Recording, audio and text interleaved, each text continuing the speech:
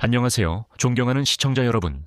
모든 기술, 모든 운송수단, 그리고 이 세상의 많은 것들은 아이디어에서 시작됩니다. 예를 들어 알렉세이 고로가시아얀의 아이디어는 최대한 험지를 통과할 수 있는 운송수단, 특히 오토바이를 설계하는 것이었습니다. 스즈키 하야부사 개발 당시 엔지니어들은 경영진의 세계 최고 속도 양산 오토바이 구상을 실현했습니다. 그리고 뉴질랜드인 알란 깁스는 수륙양용 운송수단, 그 중에서도 이 영상에서 다룰 깁스 비스키라는 수륙양용 오토바이를 설계하고 실제로 제작하는 아이디어를 떠올렸습니다. 크로스모타 채널 시청 중입니다. 즐겁게 보세요.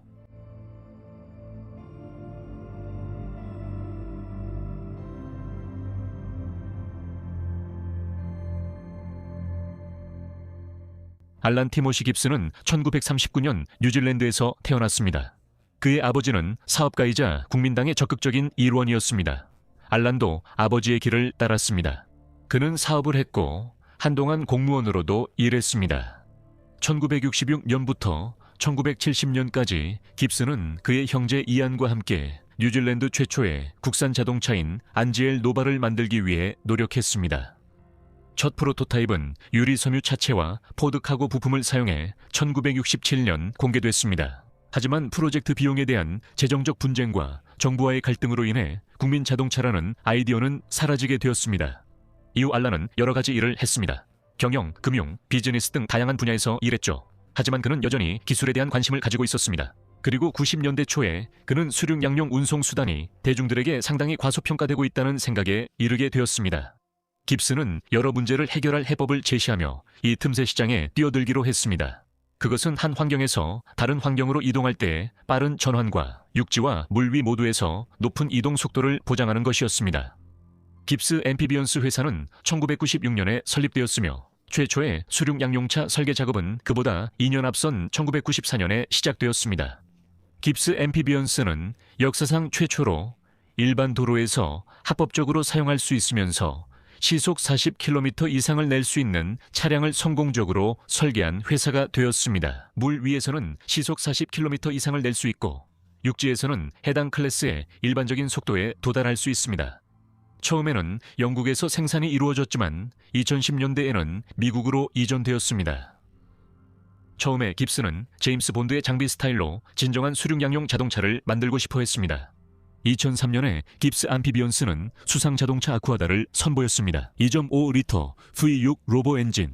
이 장착된 아쿠아다는 시속 160km까지 속도를 낼 수 있었습니다. 도로에선 시속 160km, 물 위에선 50km로 달릴 수 있었습니다. 2004년 버진 그룹의 소유주 리처드 브랜슨은 깁스 아쿠아다를 이용해 수륙양용 차량으로 도보 해협을 횡단하는 새로운 기록을 세웠습니다. 브랜슨은 90년대 말에 세워진 6시간이 걸렸던 이전 기록을 4시간 20분이나 단축시켰습니다. 공식적으로 기록된 시간은 1시간 40분 6초였습니다. 아쿠아다는 주로 기술 테스트와 대중 앞에서의 대비를 위해 개발되었습니다. 이 차량은 양산되지 않았습니다. 알란은 승용차의 안전 기준을 준수하는 것이 엄청나게 많은 규정상의 세부 사항과 문제들이 수반된다는 것을 알게 되었습니다. 관료적인 절차도 피할 수 없었습니다. 하지만 ATV와 같은 레저용 차량들은 훨씬 덜 엄격한 규제를 받았습니다. 그래서 시장 진입이 더 쉬운 길이었죠. 자동차의 수는 많지 않았습니다. 아쿠아다는 수집가와 안목 있는 사람들을 위해 주문 제작된 차량이었습니다. 이후 깁스 앰피비언스는 다양한 종류의 수륙양용 차량을 선보였습니다. 훔딩가는 2005년에, 피비아는 2012년에, 쿼드스키는 2013년에 출시되었습니다. 그리고 2015년에는 쿼드스키 XL 모델이 제품 라인업에 추가되었습니다.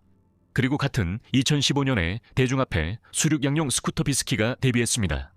수륙양용 오토바이인 비스키는 육지와 물 위 모두에서 잘 달릴 수 있는 편리한 교통수단으로 포지셔닝 되었습니다.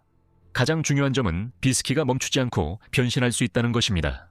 호수나강에 진입하기 시작하면 핸들에 있는 버튼을 누릅니다. 그러면 바퀴가 차체 안으로 들어가고 뒷바퀴 양옆에 있는 2개의 워터제트가 작동 위치로 이동합니다. 역변신도 마찬가지로 빠릅니다. 중요한 것은 적절한 강가나 해변에서 이 작업을 해야 한다는 점입니다. 길이 235cm, 너비 93cm, 공차 중량 228kg으로 이 모델은 깁스의 모든 고속, 수륙양용 플랫폼 중에서 가장 작으며 아마도 기술적으로 가장 완성도가 높을 것입니다. 이 스쿠터는 2기통 직렬 4 행정 500cc 55마력 엔진이 장착되어 있습니다. 이 엔진은 변속기를 통해 뒷바퀴에 토크를 전달합니다. 지상에서는 스쿠터가 최고 시속 130km까지 가속할 수 있습니다. 물 위에서는 2개의 워터제트가 이 수륙 양용차를 움직입니다. 이 워터제트들은 뒤 양쪽에 위치하며 깁스가 자체 개발한 듀얼젯 시스템입니다. 물 위에서는 비스키가 최고 시속 60km까지 낼 수 있습니다.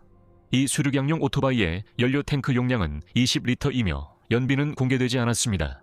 이 운송수단은 1인승이지만 보도자료에 따르면 옵션으로 2인승 좌석을 장착할 수 있다고 합니다. 2015년 대중앞에 처음 공개될 당시에는 비스키의 주요 사양만이 발표되었다는 점을 말씀드리고 싶습니다. 제조사는 구조적 및 기술적인 세부 사항을 공개하지 않았는데 이는 원칙적으로 그들의 권리입니다. 2016년이 되도록 비스키는 양산형 수륙양용 오토바이로 출시되지 않았으며 그 정확한 이유는 알려지지 않았습니다. 아마도 재정적인 문제였을 수도 있고 아니면 차량 인증 문제였을 수도 있습니다. 비스키는 플로리다 모터쇼와 데뷔 당시 인터넷의 수많은 기사에서 큰 화제를 모았지만 그 이후로는 조용해졌습니다. 또한 수륙양용 스쿠터의 설계나 미래에 대한 새로운 소식도 없었습니다. 또한 2015년에는 동시에 대중에게 수륙양용 3륜차 깁스 트리스키도 공개되었습니다. 외관상으로는 BRP 스파이더와 약간 비슷합니다. 3륜체는 135마력의 2기통 터보 엔진이 장착되었습니다. 판매량 면에서 가장 성공적인 모델은 쿼드스키였습니다. 2013년부터 2016년까지 약 1000대의 수륙양용 ATV가 생산되었으며 한 대당 가격은 42,000달러였습니다. 깁스 트리스키에 대한 정보는 매우 제한적이지만 그래도 이 수륙양용 오토바이의 장점과 단점에 대해 생각해보고 싶습니다. 확실히 이 차량의 가장 큰 장점은 하나의 교통수단에 오토바이와 수상 오토바이 두 가지 기능이 결합되어 있다는 점입니다. 물론 이런 결합에 엄청난 감탄을 금치 못할 사람들이 분명 있을 것입니다. 이제 단점에 대해 말씀드리겠습니다. 트리스키의 가장 큰 단점은 기능의 결합입니다. 이런 비유가 있습니다.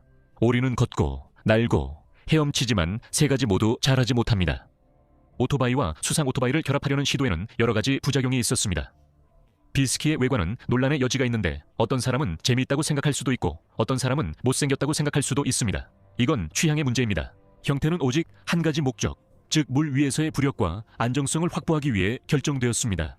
시연 영상에서 볼 수 있듯이 이 기계의 안정성은 충분해서 성인 남성이 물에서 수륙양용 오토바이로 올라올 수 있습니다.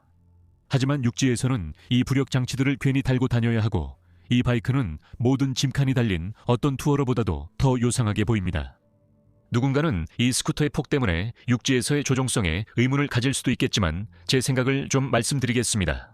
스쿠터의 차체는 꽤 잘 설계되어 있고 코너를 돌 때 기울이는 건 경험의 문제입니다. 그냥 이 수륙양용 바이크의 크기에 익숙해지기만 하면 됩니다. 조종성에 관해서는 다른 점을 발견했습니다. 이 스쿠터의 휠베이스는 1790mm입니다. 이건 굉장히 긴 편이고 분명히 이렇게 긴 이유는 물 위에서도 이동해야 하기 때문일 것입니다. 휠베이스에 대해 간단히 말하자면 긴 휠베이스는 주행 안정성이 좋지만 회전성이 떨어집니다. 크루저나 투어러에 적합하죠. 짧은 휠베이스는 스포츠, 스트리트, 모타드 바이크에 적합합니다. 자, 이 바이크의 휠베이스는 예를 들어 혼다 골드윙 1800보다 95mm 더 깁니다. 이런 특성 때문에 이 바이크는 직선 도로나 큰 방향의 완만한 코너에 잘 어울리지만 교통체증을 뚫고 나가는 데는 적합하지 않습니다. 또한 이 수륙양용 차량이 앞부분으로 파도를 맞을 경우 어떻게 될지 의문이 남습니다. 바퀴와 휠 하우스가 조종성과 안전성에 어떤 영향을 미칠지도 궁금합니다. 저는 깁스사에 전문가들이 근무하고 있고 아마도 계산과 테스트를 거쳤을 것이라는 점은 알고 있습니다. 하지만 의구심은 여전히 존재합니다. 참고로 겉보기에는 무거워 보이지만 비스키는 야마하 T-Max 맥시 스쿠터보다 겨우 9kg 더 무겁습니다. 하지만 같은 T-Max와 다른 맥시 스쿠터들은 기본적으로 2인승이고 훨씬 더 민첩합니다. 비스키에서 뚜렷한 단점은 없고 있는 단점들도 불가피한 부분입니다. 이것이 다재다능함의 대가입니다. 이것이 바로 알란 깁스의 수륙양용 바이크 비스키와 그 외 고속 수륙양용 차들입니다. 이 오토바이는 흥미롭고 분명히 존재할 가치가 있지만 현재로서는 이 개발의 미래가 불투명하며 비스키를 구입하는 것은 불가능합니다. 이 프로젝트가 앞으로 더 발전할지는 불확실합니다. 아마도 다른 회사들이 비슷한 프로토타입을 선보일 수도 있습니다. 수륙양용 오토바이 콘셉트에 대한 의견을 댓글로 남겨주세요. 미래가 있다고 생각하시나요? 이것으로 제 이야기는 마무리하겠습니다. 지금까지 크로스모토 채널이었습니다. 시청해주셔서 감사합니다. 다음에 또 만나요.